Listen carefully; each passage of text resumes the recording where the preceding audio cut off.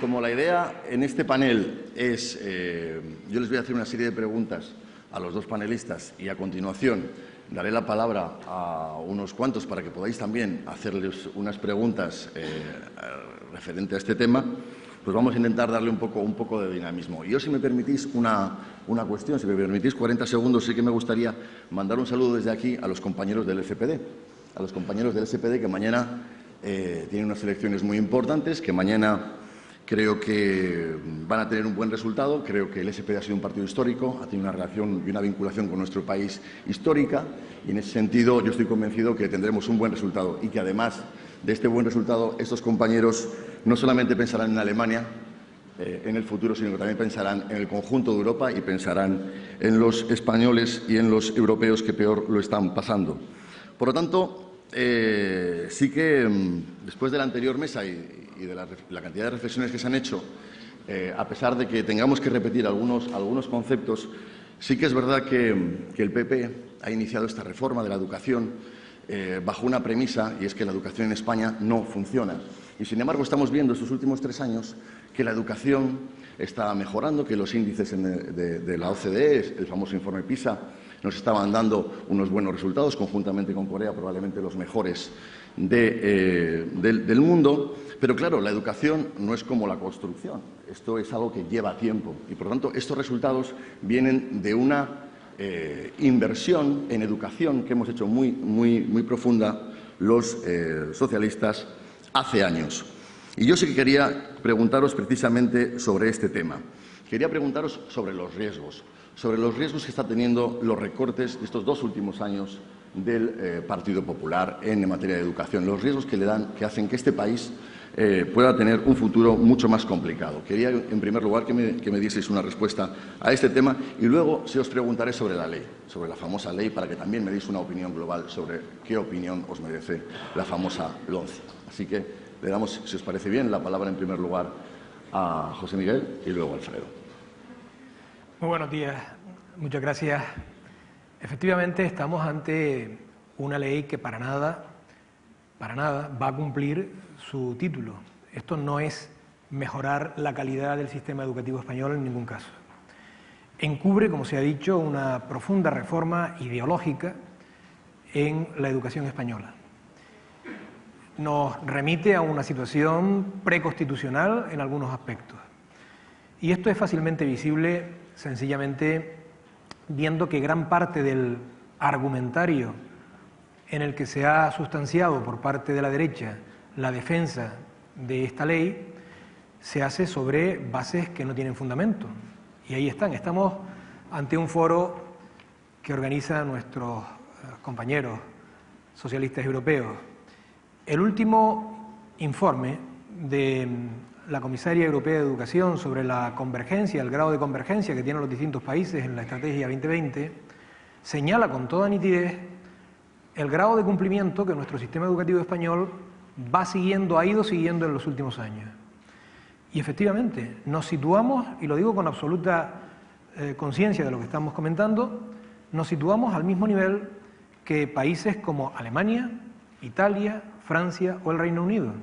Si vemos en ese informe los indicadores de cumplimiento de los objetivos, veremos que salvo en el abandono escolar temprano, salvo ahí, en el resto estamos por encima de los indicadores de la media o estamos en situaciones equitativas.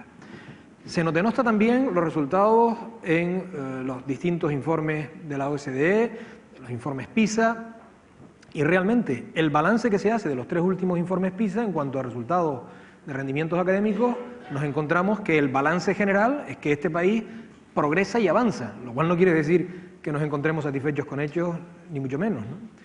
Y otro informe internacional, la de la consultora McKinsey, ¿qué se nos dice ahí? Pues, parafraseando lo que era otro sistema de evaluación educativa, pues se progresa en este país adecuadamente. Y efectivamente esto ha venido siendo así. Cierto que es así. España, junto con Corea del Sur, sin que tengan nada que ver estos 2 sistemas educativos, constituyen para la OCDE el ejemplo de los países que más han progresado a nivel educativo en los últimos 50 años. Esta es la realidad, pero la realidad la deforma de tal forma la derecha que al final lo que se está persiguiendo es una estrategia muy conocida. Allí donde la derecha ha querido cargarse los sistemas públicos educativos, ha seguido la misma fórmula.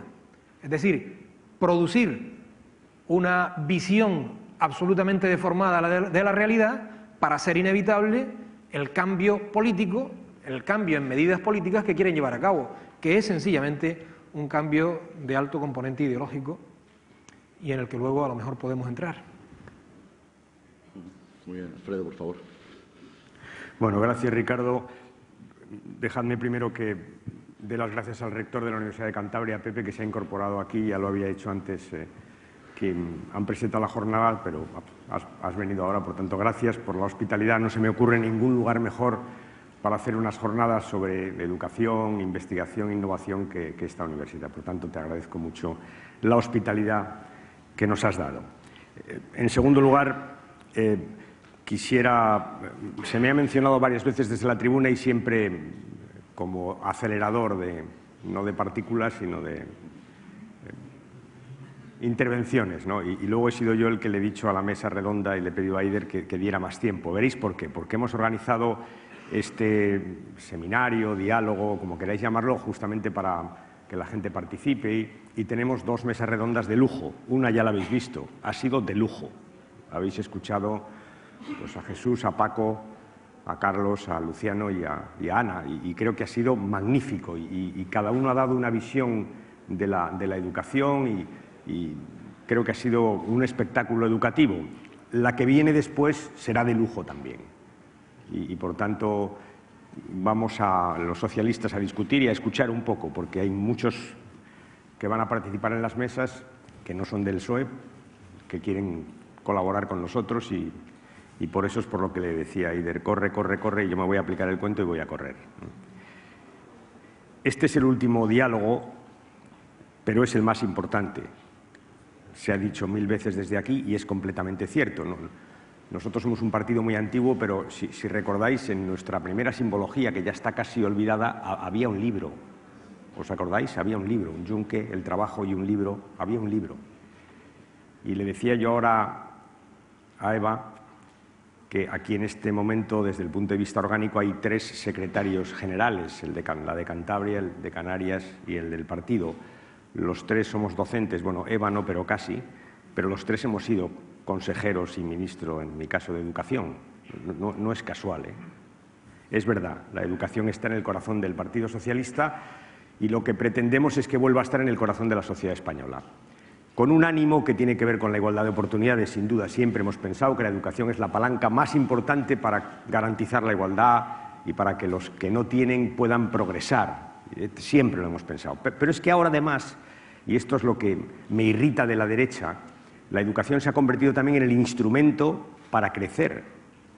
Porque es verdad que hay un continuo que es el que va a reflejar aquí esta mañana, que es educación, investigación, innovación, que se traduce en crecimiento y en empleo. Es exactamente así. Y por tanto, cuando enfrentamos los dos modelos educativos, que es finalmente lo que llevamos discutiendo mucho tiempo, pues el nuestro, y que me perdone el señor Rajoy que se lo diga una vez más, es ahora doblemente superior. Me explicaré. Al final, y escuchando a la mesa anterior, se ve con muchísima claridad la diferencia entre los dos modelos educativos. Hay muchas, ¿verdad? Pero una de las más importantes es cómo tratas a la gente que tiene dificultades en educación. ¿Cuál es tu objetivo? Nuestro objetivo ha sido siempre que cuanto más lejos lleguen, mejor, porque eso finalmente tiene que ver con la igualdad y no tengo aquí que extenderme mucho sobre eso.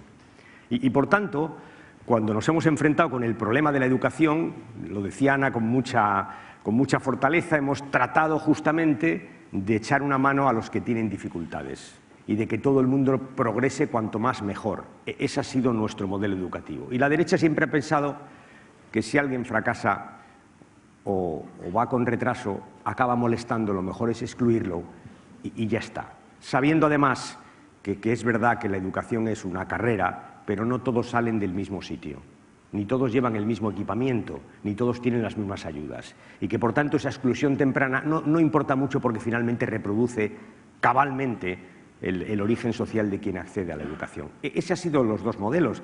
Y le decía a Eva, yo pongo muchas veces un ejemplo, y me lo oísteis decir en varias ocasiones, ¿no? Es decir, el ejemplo de la atención a la diversidad que se ha mencionado aquí, es que es así, es que es así.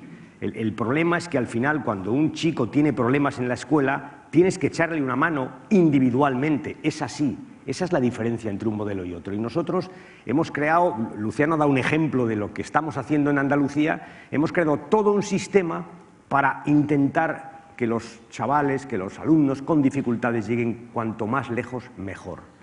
Esto es lo que hemos intentado, atención a la diversidad. Y no hemos inventado nada, nada. Mi generación, que se educó en otro sistema educativo, lo recordaba Luciano, radicalmente distinto, sabe bien que las familias con recursos, cuando tenían dificultades con sus hijos, les ponían un profesor particular, ¿os acordáis? Es decir, les reforzaban. Pues eso, es tan sencillo como eso. El éxito de un sistema educativo se mide por la capacidad que tiene de atender a la gente que tiene más dificultades. Y ese es el modelo que nos diferencia de la derecha. Y yo lo que le digo a la derecha es, ahora tu modelo, el que defiende exactamente la ley Wert, como recordaban Paco y Carlos aquí, exactamente la ley Wert, tu modelo tiene un doble problema. No solo es injusto, que lo es, no solo reproduce las desigualdades sociales que a ti no te importan porque nunca te han importado, que lo reproduce, es que además es económicamente insostenible. Es que esos chavales que dejan la educación sin tener la educación secundaria obligatoria, el título, esos chavales van a tener un futuro muy complicado en la sociedad del conocimiento y van a acabar recayendo sobre el erario público, porque habrá que atenderles y porque muchos de ellos no van a ser sencillamente gente sin empleo, van a ser marginados. Y por tanto, ahora es cuando la derecha debería reflexionar que nuestro modelo no solo es socialmente más justo, es que es económicamente muchísimo mejor. Esta es yo creo que la fortaleza de nuestra argumentación. Esta es. Es ideológica, lo es, pero también es económica. Y por primera vez no hay por qué discutir si la educación es una inversión o no, discusión que nos ocupó la década de los 80 y de los 70. No, es evidente que es una inversión, es evidente. Y por eso tienen razón los panelistas anteriores cuando reclamaban del gobierno un esfuerzo educativo. Es que no hay quien pueda defender, y parece mentira, Ricardo, y europarlamentarios europeos, que la Comisión pase esos cuadros en los cuales España admite que va a recortar más de un punto de gasto educativo, un país que tiene 6 millones de desempleados, pero ¿qué funcionario de Bruselas ha podido poner el visto bueno debajo de esos cuadros que son sencillamente una previsión de futuro y de fracaso para un país en su conjunto? Termino ya, por no extenderme y no incumplir mi propia norma inicial. Se ha dicho también, lo han dicho casi todos los panelistas, y creo que esto tiene que ver con la mesa que va a haber a continuación, con la ciencia y con la universidad. El gobierno siempre emplea la misma técnica, ¿no? Cuando quiere reformar un sector que siempre lo hace con ideología, y aquí se han dado ejemplos muchos, siempre hace lo mismo, previamente lo pinta de negro, de oscuro. Es así, y con la universidad lo hizo. Se estrenó Wert con un informe donde dijo una cantidad de cosas tremendas de la Universidad Española, y esto lo han hecho en el sistema educativo en su conjunto. Vamos a ver si defendemos lo que hay. Yo no diré nunca que la educación española no necesita cambios, y aquí quienes han intervenido en nombre de sindicatos, de padres o de gestores de la educación han puesto encima de la mesa políticas. No lo diré nunca. Ahora, creo que lo que no podemos hacer es admitir ese diagnóstico según el cual todo está mal, porque no es cierto, Y hay que decirle a la derecha que la educación española ha cambiado mucho en estos años en su contra, porque no han votado absolutamente ninguna de las leyes educativas. Por cierto, todas han tenido el voto del resto de los partidos en la Cámara. Por tanto, cuando se dice que no hay consenso, no hay consenso porque la derecha no ha votado, entre otras cosas porque se recordaba aquí por esta cosa de la libertad de elección de centro y de la selección del alumnado, que esa es la madre del cordero. Pero es verdad que hemos hecho un esfuerzo, y decía Ricardo cómo está la educación española, como la educación en general cambia, cambia a velocidades geológicas. El sistema educativo no cambia de la noche a la mañana, es imposible. Finlandia tiene un magnífico sistema educativo, pero la gente olvida o no quiere o no sabe, o no quiere recordar o no sabe, que en el siglo XIX ya no tenían analfabetismo, no lo tenían. Probablemente está ligado a un asunto religioso, que no voy a entrar en eso, y mucho menos ahora que tenemos un papa que parece que dice cosas... Me callo.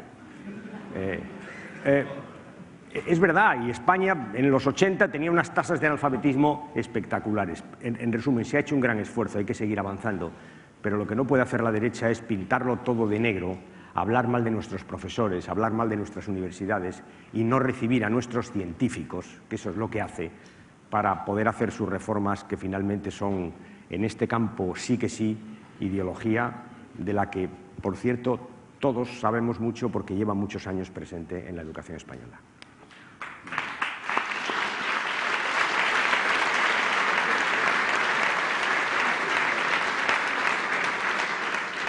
Tenemos, Alfredo, yo creo, y José Miguel, dos problemas fundamentales para el futuro, la desigualdad y la pobreza.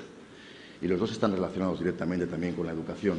El otro día leía unas estadísticas, podía ver unas estadísticas en las cuales el 48% de las personas que tienen riesgo de caer en la pobreza tienen estudios exclusivamente de primaria o son inmigrantes en estos momentos. El 8-9% de las personas que tienen estudios universitarios tienen solamente el riesgo de caer en esa situación de pobreza. Y yo quería directamente vincular estos dos grandes retos que tenemos por delante, desigualdad y pobreza, con una pregunta que os quiero hacer, y es la incidencia que tiene el nuevo modelo de becas para la igualdad de oportunidades en el futuro en nuestro país. Así que la pongo encima de la mesa. La educación ¿Quién dispara primero? Bueno, no es difícil, ¿no? Lo importante es dar en la diana y, desde luego, romper esa diana. No es difícil, en mi opinión, entre los que estamos aquí seguramente hay una inmensa mayoría de personas que hemos trabajado toda nuestra vida en la educación. No es difícil ver qué ocurre cada día cuando se abre un colegio, un instituto, una universidad, un aula, y qué se hace ahí dentro.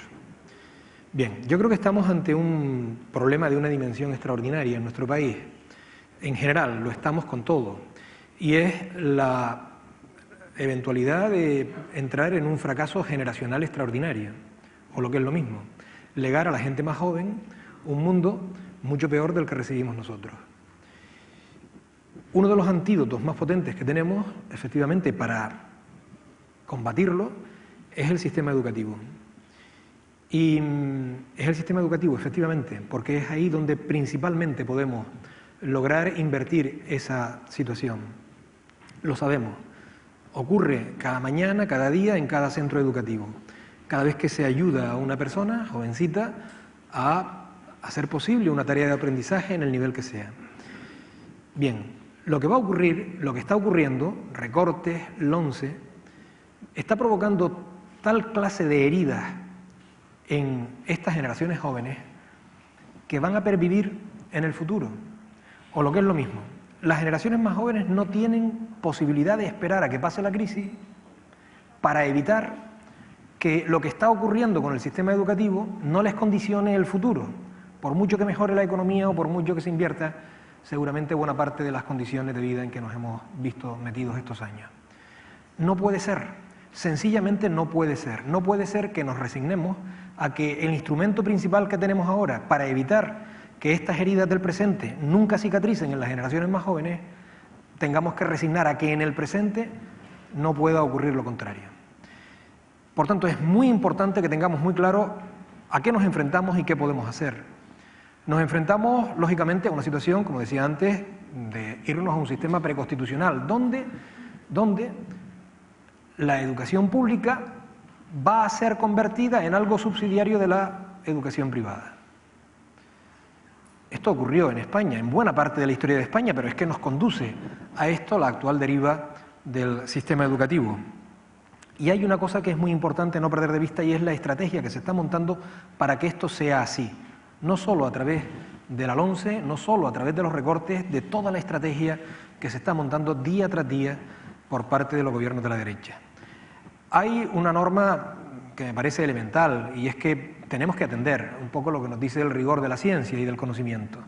No hay ningún rigor científico que explique que la mano invisible de los mercados sirve para mejorar la calidad de los sistemas educativos públicos. Por el contrario, es la mano bien visible de los Estados la que ha producido esos avances, y en nuestro país lo tenemos absolutamente claro. ¿Qué está ocurriendo? Cada vez menos becas. Por cierto, para ver lo que significa este decreto de becas, yo les sugiero simplemente un repaso al informe del Consejo de Estado. No solamente porque nos diga con claridad que allí no se explica cómo se va a juntar el binomio entre igualdad de oportunidades y mejora de los rendimientos, sino que además se cuestiona absolutamente toda la base del nuevo marco de condiciones para las bases de las nuevas becas. Pero menos becas, menos recursos educativos, sobran universidades, sobran estudiantes universitarios, sobran profesores universitarios. Toda esta realidad que se está produciendo ya en nuestro país está creando condiciones a su vez para que otro tipo de planteamiento educativo, es decir, el negocio de la educación, lo sustituya. Sin embargo, la perspectiva es cada vez más privatización a nivel universitario, a nivel de enseñanza no universitaria, no les cuento a nivel de formación profesional. Veremos el negocio tremendo que se va a abrir, como en Corea del Sur, con las reválidas y por tanto con las academias de las que antes se comentaban. Por tanto, ahí se está creando realmente un mercado bien visible que no va a funcionar en el sentido de mejorar nuestros sistemas educativos. Y luego también me parece muy interesante destacar algo que es esencial, que es, y se ha hablado antes, la financiación de esta nueva ley educativa. Ayer se celebró una reunión preparatoria entre comunidades y ministerios de las próximas conferencias sectoriales. Se está trabajando tanto en el marco de financiación como en el marco de los objetivos de la convergencia europea. Por cierto, en torno a la convergencia europea, una cuestión que es muy importante, hasta ahora, y me remito por ejemplo al último gran informe que fue de noviembre de 2011, el último que hizo el Ministerio Socialista, el informe que fue aprobado por unanimidad de todas las comunidades autónomas, y los que estuvimos allí tuvimos el enorme gustazo de comprobar cómo todas las comunidades por unanimidad aprobaban no solo el diagnóstico, sino las medidas al logro de esa convergencia europea. Pero el documento nuevo que presenta el PP es una loa a la LOMCE, o lo que es lo mismo, utiliza los datos de diagnóstico de forma tan torticera que en lugar de ser lo que tiene que ser un informe de esas características, va orientado a justificar el contenido de la LOMCE. A algunas comunidades les hemos dicho que así ni hablar, que así no hay forma de llegar a acuerdo alguno, porque están utilizando, insisto, de manera absolutamente sesgada y con un fin perverso lo que debería ser un instrumento de diagnóstico de la realidad educativa que tiene que tener credibilidad. Pero segundo, en cuanto a la financiación, efectivamente las trampas son absolutas. El propio Ministerio reconoce en la memoria económica que mejorar cualquier indicador de los rendimientos educativos supone un gasto considerable. Incluso establece alguna cuantificación, que luego no recoge la LOMCE por ningún lado, ninguno. Simplemente la aplicación de la LOMCE llevaría supuestamente un gasto de 900 millones de euros que no se dice ni se garantiza de dónde van a salir ni cómo se van a pagar. Por otro lado, efectivamente, nos vamos al 3,9% del PIB que se compromete con Europa. Aquí está gran parte del objetivo de todo este debate de medidas que se están produciendo ahora por parte de la derecha, ¿no? Pero en cuanto a la financiación hay un dato también que me parece relevante, y me parece relevante que no olvidemos ninguno de los agentes educativos, y es que se está preparando un análisis del, ellos llaman gasto educativo, debería ser del coste del sistema educativo. Se está haciendo por parte de un equipo ministerial y se está haciendo sin la transparencia y sin la garantía del rigor que implica un análisis de coste real. Insisto, es muy importante porque esto no solamente va a condicionar el discurso, sino va a condicionar luego toda la política económica de una ley que afortunadamente va a tener poco recorrido, va a tener muy poco recorrido. Y en cuanto a las becas, una última reflexión muy sencilla. Vamos a ver, va a haber un 20% de dinero más para becas, dice el ministro, no lo ha puesto todavía en ningún sitio, pero va a haber muchos menos becarios, como ya está habiendo, vamos a tener una menor dotación para cada una de las becas y sus modalidades, y entonces ¿quién se queda con el dinero? Es decir, no pueden mentir de forma tan descarnada, ¿no? En todo caso, yo creo que es esencial articular una respuesta a todo esto que sea el principio de un nuevo marco educativo en España. Y yo lo articularía de una manera muy simple. Menos Eurovegas, menos Olimpiadas, y hagamos del verdadero objetivo nacional, del verdadero objetivo de país, por la razón que decía al principio, por la razón de que las generaciones más jóvenes no pueden quedar heridas para el resto del futuro, de su futuro, hagamos como gran objetivo del país eso que en el documento marco de nuestra conferencia se llama el eje vertebral de nuestra sociedad, que se llama la educación. Y esto es un reto que el nuevo gobierno, que la nueva mayoría de gobierno debe intentar concentrar con todo el país.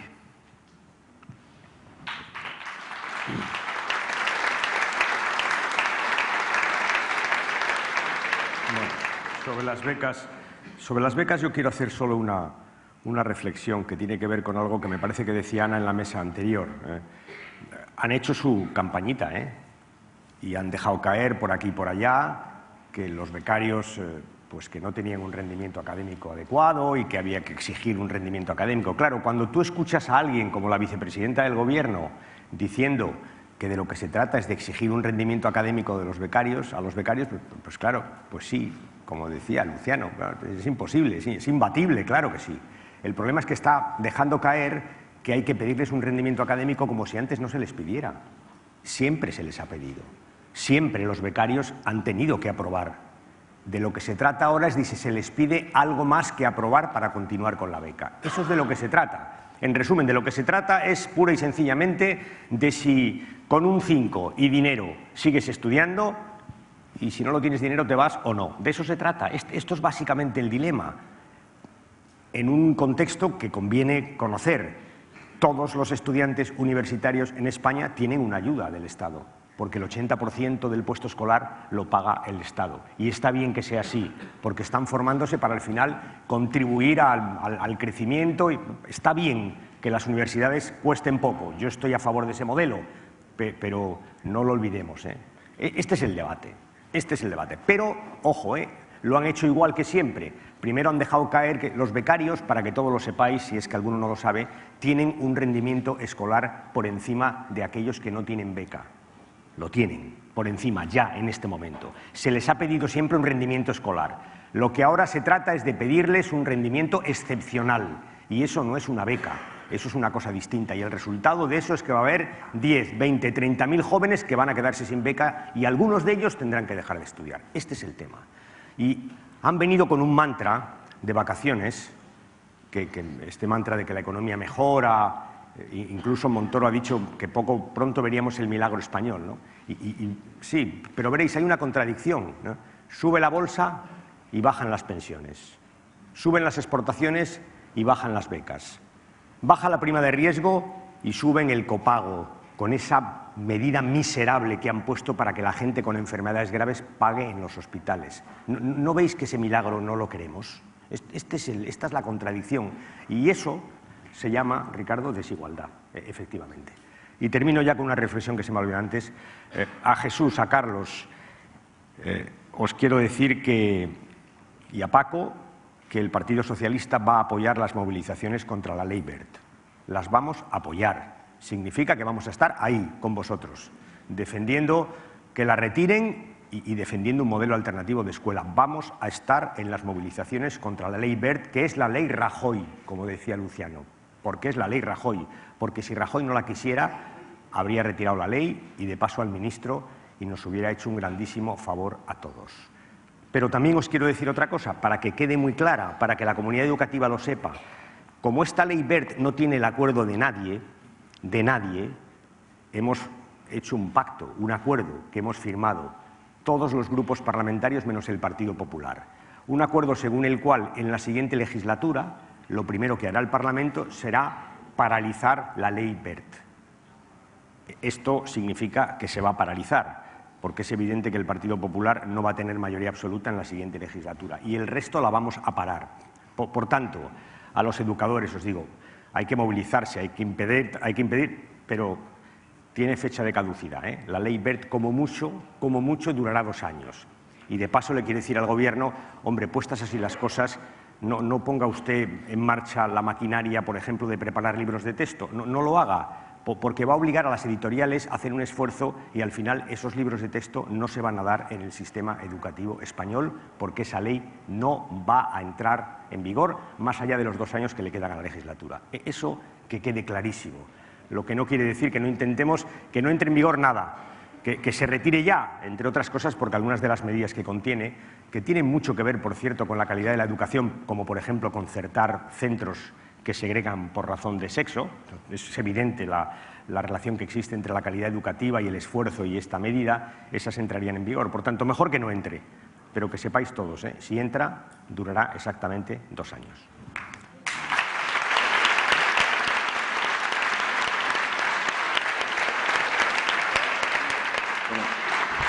Voy a hacer una última pregunta y luego ya abrimos un turno, si os parece, de preguntas a todos los que queráis intervenir. Una breve reflexión. Hace unos años Eva me dijo que tenía que dirigir un curso sobre educación en la Universidad Internacional Méndez Pelayo y tuve la oportunidad de compartir con algunas de las caras que veo por aquí unos cuantos días de reflexión y aprendí bastante sobre educación y el modelo de educación y sobre la ley que teníamos y sobre que era una ley que nos permitía un avance significativo en todas las cuestiones, pero hubo una reflexión también que me pareció interesante y es que el modelo de crecimiento que aplicábamos ya en cada una de nuestras comunidades autónomas casi está por encima a veces de los modelos de la ley, ¿no? de la propia ley. Y, por ejemplo, teníamos el modelo de crecimiento, por ejemplo, del País Vasco, que creo que era la comunidad autónoma que tenía un menor abandono escolar, que estaba creo en torno al 18, mientras que la comunidad autónoma con mayor abandono escolar creo que en aquel momento era Baleares con un 40 y algo. Es decir, el modelo de crecimiento que tenemos en ese momento en cada una de las regiones está muy directamente vinculado a la capacidad que tenemos para poder sacar adelante determinadas cuestiones. Entonces, yo sí que quería preguntaros sobre este modelo de crecimiento y su vinculación a la universidad. Quien quiera, adelante, primero. Bueno, yo creo que en estos momentos tenemos una situación en la universidad exactamente igual a la que describía antes, ¿no? Denostar la realidad universitaria, sobran universidades, sobran profesores, sobran estudiantes. Esa tripleta está marcando la vida de la mayor parte de nuestras universidades. No tenemos además un país en el que, de cara a lo que sería la investigación y el desarrollo, nuestras universidades jueguen un papel secundario. Yo diría todo lo contrario, y si analizamos la realidad en cada comunidad autónoma, no sabemos hasta qué punto. Es decir, hay comunidades autónomas donde el papel en este terreno de las universidades para su propia actividad económica es absolutamente imprescindible. Bien, contrariamente a eso, estamos ante un proceso de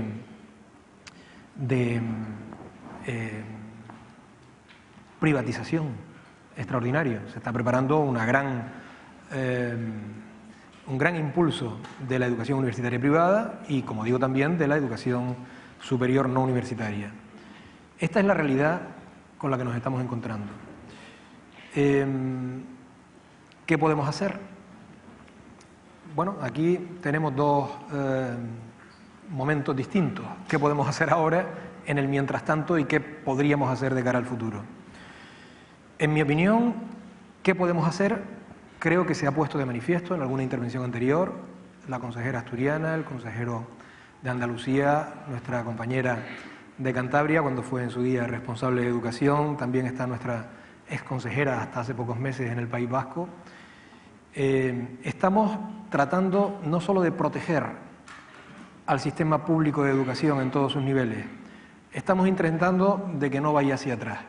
O sea, se ha dicho. Hemos empezado un curso en muchas comunidades donde tenemos más profesores, con todas las jubilaciones cubiertas, es verdad que no con sistemas de estabilidad a nivel de oposiciones, tenemos más plazas que nunca, tenemos también la cobertura de becas que suple lo que no cubre la cobertura nacional, tenemos también programas de comedores escolares que cubren a la totalidad de todas las familias que no pueden pagarse las cuotas de comedor, tenemos en nuestras universidades tasas razonables, entre comillas, hemos congelado tasas y hemos bajado incluso las correspondientes a determinado tipo de estudios. Todo eso se está haciendo en comunidades como la nuestra. En una universidad canaria como era la Universidad de La Laguna, fuimos a un acto que se celebró, por cierto, y no solo se celebró, sino que el discurso del rector, que no es precisamente un aliado acrítico, planteó que lleva 2 años sin despedir profesores, y esta era la noticia positiva en esa apertura de curso académico. Por tanto, no estamos bajando la guardia. ¿Qué podemos hacer para cuando concluya esta legislatura y cambie la mayoría de gobierno? Creo que, lógicamente, debemos conformar un panorama educativo muy distinto al que tenemos. Y yo apuntaría cuatro grandes pilares. El primero es el consenso, todo lo contrario a lo que está ocurriendo. Consenso y acuerdo. Se hizo siempre que gobernaron los socialistas. En nuestra comunidad hemos obtenido un consenso parlamentario por unanimidad acerca del diagnóstico de la situación de la educación en la comunidad autónoma y las medidas de propuesta. Ahora estamos en el pacto social y tendremos una ley educativa autonómica en esta legislatura que se va a parecer como un huevo a una castaña a la LOMCE. Segundo, un compromiso firme, positivo y decidido por el sistema público de educación. Y aquí es vital el papel de quienes concurren como agentes educativos, las familias, los estudiantes y de manera muy especial quienes componen los cuerpos docentes, el profesorado. Es fundamental dar a conocer cuál es esa tarea. Sencillamente eso. ¿Qué ocurre todos los días en la labor de un docente? Que, como todos sabemos, lógicamente va mucho más allá de lo que es el dar clase. El tercer gran pilar es un sistema de financiación que parta de un principio fundamental: un suelo común para todo el Estado a nivel presupuestario. Y a partir de ahí, lógicamente, entraría el juego de cada comunidad, pero establecer un suelo común de financiación para los distintos niveles educativos. Yo creo que esta debe ser una propuesta que el partido debe meter en el programa de gobierno como algo irrenunciable. Y va en la línea de lo que antes comentaba, lograr que el sistema educativo se convierta en la bandera de un objetivo de país.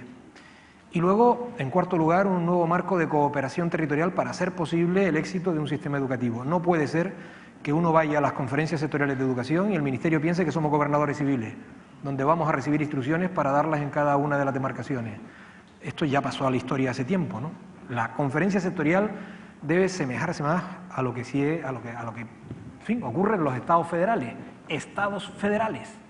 donde quienes ejecutan y tienen competencias en la ejecución de las políticas educativas, lógicamente establecen mecanismos de coordinación, de cooperación efectivos, de diálogo y de crear conjuntamente políticas y no sencillamente ir a aplaudir al ministro de turno o a la bronca, que es, en fin, a lo que nos vemos abocados algunas comunidades. Yo creo que esos serían 4 pilares esenciales para darle la vuelta un poco a esta situación, que deben estar construidos ya antes de que llegue esta nueva mayoría de gobierno. Muchas gracias. Bueno, hablabas de la universidad, nos hemos centrado mucho en la educación y es que es muy importante, y sobre todo que tenemos un debate educativo, por cierto, donde nuestro grupo parlamentario está haciendo un magnífico trabajo. Aquí hay varios diputados que están peleando trinchera a trinchera la ley Wert. A mí la otra palabra no me sale, la ley Wert.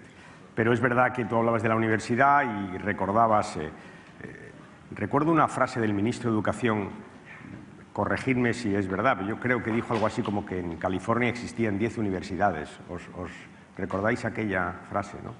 Cuando defendía, claro, debajo de la frase lo que se esconde es que hay muchas universidades y por tanto muchos universitarios. Hombre, que el ministro de Educación diga que en California hay 10 universidades es un poco fuerte, ¿eh? Beca no le daríamos, ¿eh? Beca no le daríamos, porque debe haber, no sé, 300 probablemente, ¿no? Porque en Estados Unidos hay un sistema de universidades complejo, ¿no? Hay universidades de Estado, hay colleges, en fin. Pero bueno, ese rector, ese es el tema de fondo. Si te das cuenta, con la retirada de las becas, con el apretón que están dando a los presupuestos universitarios, hay una voluntad deliberada de que haya menos estudiantes en la universidad, que a él se le escapa que sobran universitarios. Y yo os digo, no sobran universitarios, no sobran. Es más, en la situación en la que tenemos, es bastante razonable que se facilite el acceso de la gente que no tiene empleo a la formación, a la FP y a la universidad. FP, paréntesis, creo que fue Paco el que lo dijo. Es que se quedan año a año decenas de miles de estudiantes sin entrar en la FP. Lo digo para aquellos que siguen insistiendo en que la FP es de segunda, que no le gusta a la gente. No, no es verdad. A la FP quiere ir la gente, lo que no hay son plazas. Pero es verdad que hay detrás de eso toda una política de maltusianismo educativo, ¿no? Incluso dice eso José Miguel, ese debate que le gusta tanto al ministro, de no, pues, formamos gente que luego no hace lo que no, aquello para lo que se le forma, ¿sabéis? ¿No? Esta cosa del equilibrio entre el mercado y el empleo. Y yo siempre que me lo dice pienso, pero no me digas a mí eso, hombre, que hice químicas y mira lo que estoy haciendo, ¿no? ¿Sabes? ¿Qué cosa, no? Como si no supiera todo el mundo que los estudiantes que hoy están en la universidad van a hacer 4, 5, 6 cosas distintas en su vida y que lo que la universidad les da de entrada es una base para construir y construir y construir. Por tanto, ¿quién puede decir que sobran universidades en la sociedad del conocimiento? ¿Pero quién puede defender esa política? Y sobre todo, ¿sabéis? Siempre que oigo a alguien defender que tiene que haber menos universitarios, pienso que su hijo no tiene ninguna dificultad para acceder a la universidad. Siempre es así.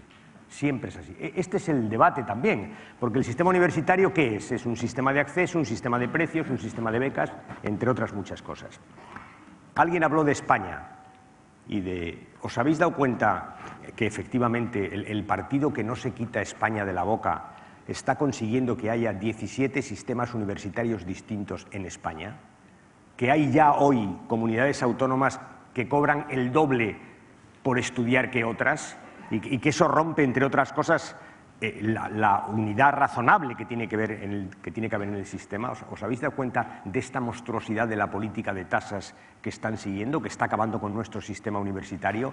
¿No resulta paradójico que quien hablaba todo el día de la unidad de España le importe muy poco la unidad del sistema educativo español, que es, como decía Ana, la base de la unidad de los españoles, de la unidad acordada, de la unidad federal a la que se refería José Miguel? Termino ya con la ciencia, una reflexión. Alguien lo dijo, creo que fue Paco, en relación con el sistema educativo. Aquí hay gente que va a hablar después de la ciencia. Lo de la ciencia es lo más parecido a subir una montaña en bici. Si no pedaleas, te vas para abajo. Y además te vas a una velocidad muy superior a la que puedes subir. Es exactamente así. Cada año que perdemos en ciencia es un retraso que vamos a pagar carísimo, carísimo. Y es verdad, sé que está en el manual, pero es que es exactamente así. Lo que se esconde detrás de un modelo educativo, como decía Luciano, lo que se esconde, o Paco, no sé quién lo decía, lo que se esconde detrás de un modelo educativo, ni os cuento lo que se esconde detrás de la inversión que un país hace en ciencia, es un modelo productivo. Es un modelo productivo y España está justo en este momento ante un dilema, que es cómo salimos de la crisis o por decirlo de otra manera, cómo rellenamos esos porcentajes de PIB que dedicábamos a la construcción y que ya no vamos a poder dedicar a la construcción, dónde creamos riqueza. Y este es el debate. ¿Le habéis oído a algún ministro del Gobierno hablar de esto?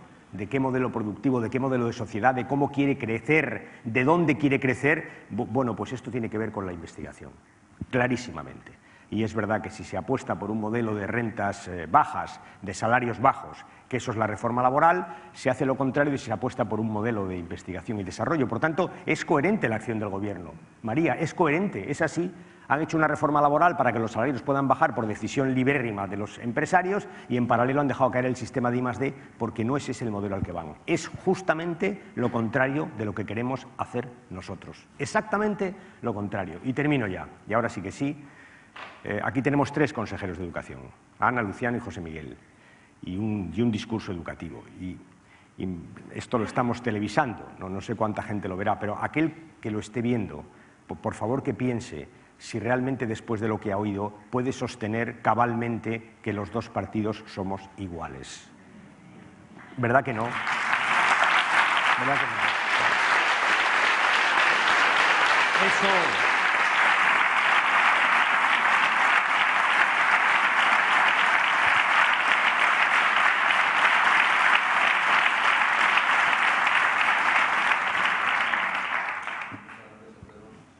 Abrir ya el turno de palabra, si me permitís, una frase nada más.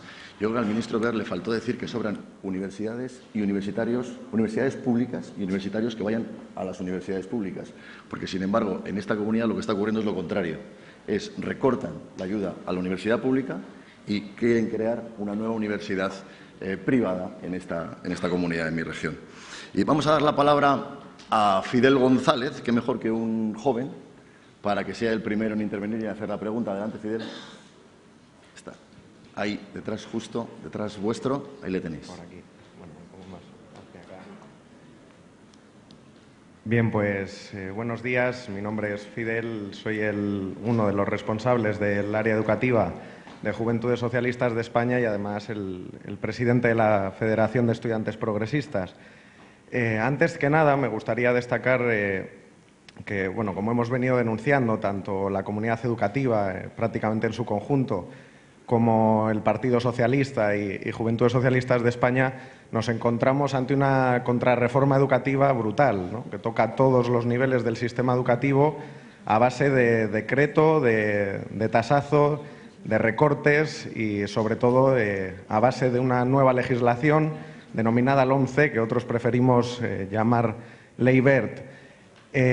Una ley o una reforma, una contrarreforma, mejor dicho, en su conjunto, que ha hecho que se cambien las bases de este sistema educativo, por el cual, a partir de ahora, se convierte en una verdadera carrera de obstáculos, no solo por la propia Ley Wert, sino también por los recortes en becas y la subida de tasas que ya habéis comentado, y que, ante todo, genera un sistema educativo en forma de embudo total.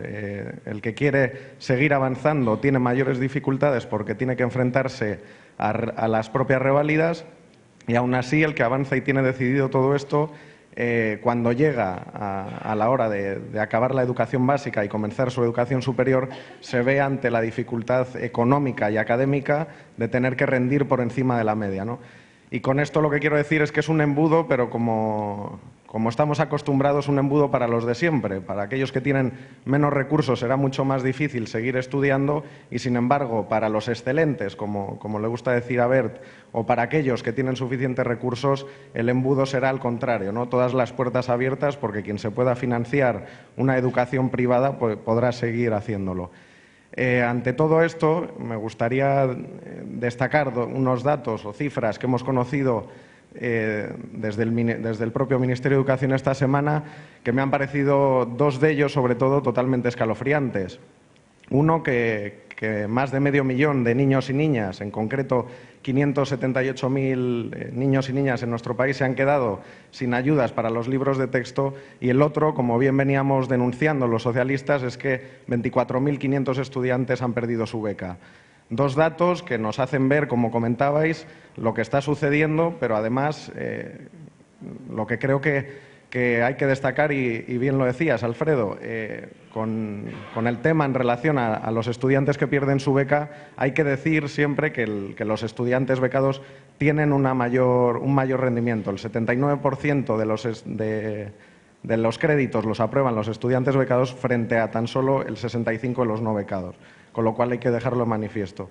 Y con todo ello quería realizar dos preguntas. Una, si ante esto ¿no creéis que es necesario, que supongo que sí, brindar la educación pública no solo en la propia LOE frente a la concertada o la privada, sino también en la Constitución? Una buena propuesta me ha parecido el suelo de gasto para exigir a las comunidades autónomas una inversión mínima. Y la segunda propuesta es que está claro que una de las prioridades una de las prioridades es el pacto educativo, pero no el pacto educativo a cualquier precio. Y creo que hay que buscar antes un consenso educativo con toda la comunidad educativa antes que un pacto educativo o un pacto de Estado con el Partido Popular, ¿no? Primero sentarse con los agentes sociales y después con el Partido Popular. Y ante esto, ¿no creéis que es hora de que la laicidad se abra paso en nuestro sistema educativo, pactándolo como así quiere la comunidad educativa? Nada más y muchas gracias. Muy bien, muchas gracias, Fidel, por tu pregunta. Vamos a dar otra palabra, otro turno de palabra para que hagáis otra pregunta a Kilian Cruz, para que haga otra pregunta y luego ya, adelante Kilian, y luego ya pasamos a las respuestas. Buenos días a todos. La verdad es que no era tanto una pregunta como una reflexión, sobre todo incidiendo un poco en las palabras de la compañera Ana González y López Aguilar. Es algo que desde PSOE La Rioja hemos incidido y con lo que hemos hablado abiertamente con Rafael Simancas cuando estuvo por allí, y es que tenemos la razón de nuestra parte, tenemos los argumentos de nuestra parte, el sentido común está de nuestra parte, pero aún así incido en que muchas familias no se dan cuenta de ello. Entonces, por lo que estoy aquí, por lo que pregunto, por lo que quiero reflexionar, es solicitar más pasión y más pedagogía. Más pasión y más pedagogía para insistir en esa cerrazón que tienen muchas familias de ver que el futuro de sus hijos está hipotecado, de que el futuro de las familias está embargado y de que todo eso, aunque parezca increíble, nosotros, en mi caso concreto, que trabajamos mucho en el mundo de las familias con CEAPA, a través de las AMPAs, sabemos que a pie de calle todavía estos mensajes no llegan. Por eso os pido a todos, mucha de esta pasión que hoy veo aquí, que llegue a las familias, que se haga mucha pedagogía y que se insista en casos claros, convincentes y, sobre todo, diáfanos. Muchas gracias a todos. Muy bien, muchas gracias, Kilian. Pues, ¿quién quiere empezar? José Miguel. Sí, hay una idea que me parece muy importante y es efectivamente la necesidad de que exista un consenso social previo, cosa que no ha ocurrido con la LOMCE. Yo voy a contar la experiencia que tenemos, que es muy sencilla. Nosotros hemos propuesto, como Gobierno, la posibilidad de que se abra un gran acuerdo social donde el Gobierno sea un agente más. Y efectivamente así se ha planteado. Lidera en nuestro archipiélago el Consejo Escolar de Canarias esta iniciativa. Tengo que decirles que el Consejo Escolar de Canarias, a diferencia de la inmensa mayoría de los consejos escolares, fue en su día establecido por el primer gobierno socialista de la comunidad autónoma. Es un consejo cuyos miembros son extraordinariamente representativos de la comunidad educativa. La comunidad está absolutamente representada de forma libre. Quien lo preside no lo nombra la administración educativa. La propia administración educativa solo tiene 4 representantes, es decir, tiene una minoría clarísima en ese consejo. Y lo que se está intentando hacer, está concluyendo ahora, es un gran acuerdo con todos los agentes. A partir de ahí se construirá la nueva ley autonómica y solo a partir de ahí. Por tanto, creo responder un poco en la forma de proceder a lo que se había planteado antes. Y luego hay un dato que no quería dejar pasar. Vamos a ver.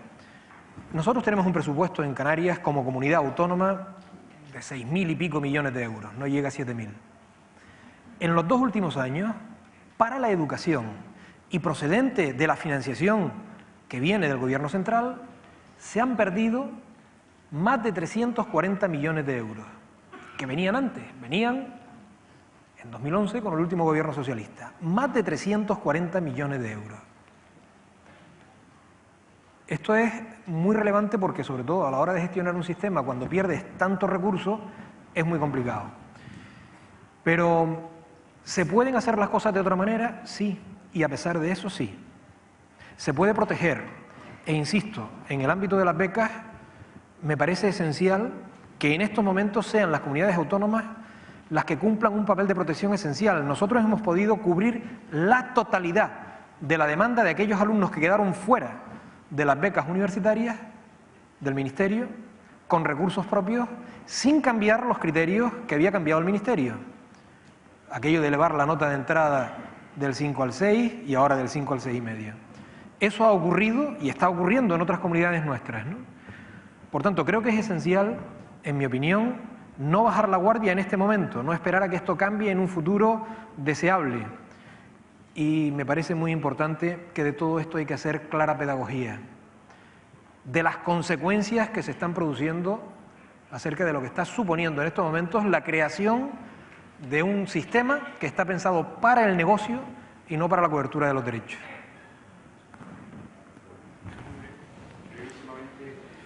Porque creo que tenemos que dar paso a la siguiente mesa redonda, que repito, es una mesa de altísima calidad y que nos tiene que interesar mucho. Aprovecho para deciros que organizaremos unas jornadas de ciencia antes de la conferencia para darle una reflexión final al texto que vamos a llevar a la conferencia y que veremos a la CRUE esta semana para trabajar con ellos también algunos temas en relación con becas. Tratamos, al compañero de La Rioja le diré, hablamos de educación todo lo que podemos.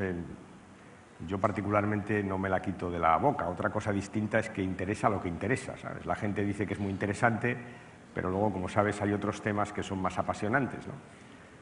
El compañero me preguntaba por